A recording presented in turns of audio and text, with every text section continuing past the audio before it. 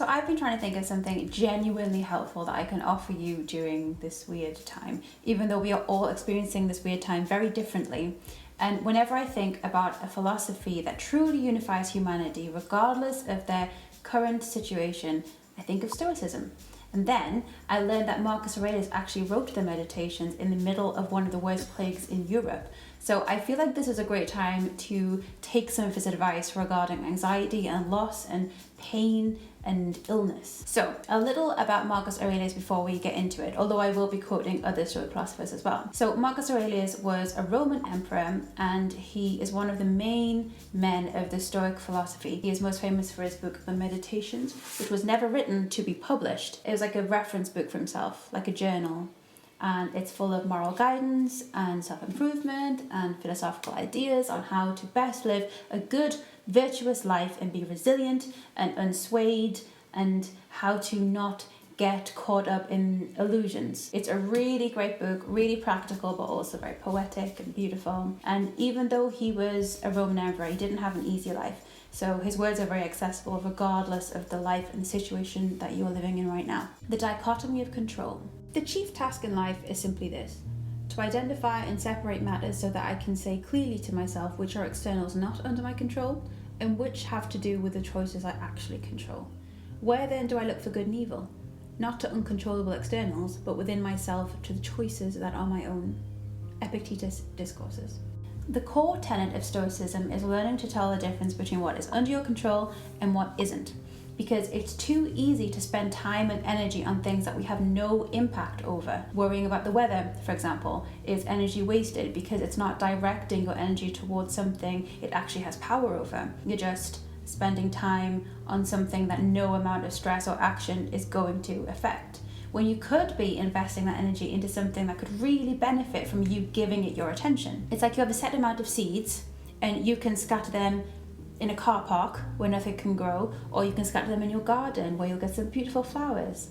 Why would you choose to waste them where they won't grow? We as humans have a tendency to anguish over things that no amount of anguish could ever impact. The pandemic is something that is not under our control. Yes, we have to do our bit, but there are many factors we have no power over.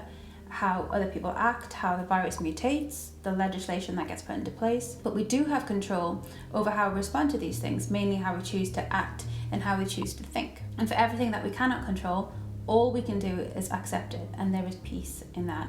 And disclaimer, that's not to say that you should just put up with people's crap and accept people who are deliberately harming you, but you get to decide whether or not it is something worth giving your energy to and how you actually choose to respond.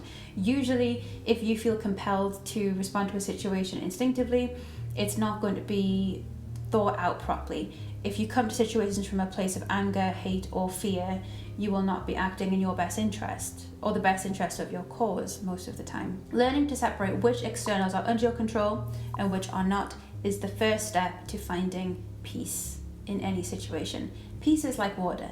If you try and capture it, the tighter you grip, the less you have. You have to chill out and accept its nature, and then you can have a little bowl of water in your hands, which is the goal in this analogy. Judgments. We have the power to hold no opinion about a thing and to not let it upset our state of mind, for things have no natural power to shape our judgments. Marcus Aurelius. Another important part of Stoicism that I think is very relevant right now is realizing that it is often our judgment of things that upsets us more than the thing itself. So back to the rain example, we might think that the rain is bad when it's not bad. It's just rain. It just is. It rained. It is raining. If we truly believe that the things that happen to us are bad things rather than just things that happen, we condemn ourselves to suffer. But if we see them as things that are, then we get a clearer picture that isn't clouded by our judgments, by our impressions of these things. This is what I mean when I say that we get to choose how we think. And this isn't to say it's easy either, but it is an angle that needs to be considered. And this also isn't to say that we should be emotionless robots. You know, there's a lot to be sad about at this time, but if we pile on extra things, then we suffer because of our judgments as well as the initial thing. Say somebody dies. It's painful and it's horrible and it hurts and you miss them. Stoicism doesn't expect you to just brush it off and move on, but it does ask you to question whether it is a bad thing. It's certainly not a good thing, but it is an inevitable thing. So perhaps it just is. It exists in a state of it is. And the same is true of the pandemic. We are all affected in different ways that we need to respond to and live with, but we should question our instinctive judgments. If we can relieve ourselves of the burden of viewing it as a bad thing, then it just becomes something that simply is. And that lets a little much needed light in. Stay focused on the present moment. Don't let your reflection on the whole sweep of life crush you. Don't fill your mind with all the bad things that might still happen. Stay focused on the present situation and ask yourself why it's so unbearable and can't be survived. Marcus Aurelius Meditations. So I think it's important to remember with this quote that Marcus Aurelius is writing to himself. And I think it's quite nice to see how human he was, because we often think of philosophical greats as being quite godlike, but they're just humans muddling through it all like we are. When things get really tough, it's often because we have let ourselves get bogged down by a future that we're concerned about. But all we truly have at any one given moment is that moment itself. The future isn't here yet, so we shouldn't let it crush what we have right now. And this doesn't mean that we shouldn't plan for the future, that's fine, but we should try not to let it crush us. Stoicism talks a lot about how the future is not guaranteed, and we find ourselves living in a way where we forget how impermanent we are and how impermanent other things around us are. And this often leads to living with a presumptuous arrogance that affects our decisions and our relationships in a way that we will probably go on to regret. But I think during dark times like these, it's also important to remember that just as we can't predict the bad things that might happen, we can't predict the good things either.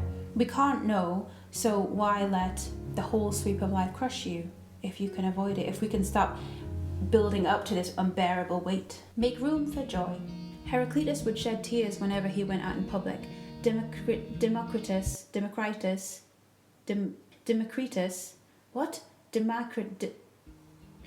Heraclitus would shed tears whenever he went out in public. Democritus laughed. One saw the whole as a parade of miseries, the other of follies. And so we should take a lighter view of things and bear hem with an easy spirit, for it is more human to laugh at life than to lament it. Seneca, on Tranquility of Mind. Again, so much easier said than done, I am more than happy to admit, but I think something we undervalue is the feeling of being given permission. If we follow the prescribed narrative of how we're meant to be feeling right now, we probably feel like we owe it to the situation or to other people's situations that we have to be sad too, like in companionship, in support of them. But you don't have to. You can, but you don't have to. And I like this quote because sometimes you need a dead Roman dude to tell you that you are allowed to smile. You're allowed to be happy in this moment, even though it is thought of across the board generally as a crisis. You are allowed. So I think that's literally the most helpful thing that I have to offer you. So I hope it did something, because I don't have anything else. So, but I hope that was useful, and I hope you got something from it, and I hope you're all doing well. And please share this video if you think that it would help anyone you know. Thank you so much for my patrons as well for your support. It means so much to me, and thank you for watching. I will see you very soon. Sending lots of love. Goodbye.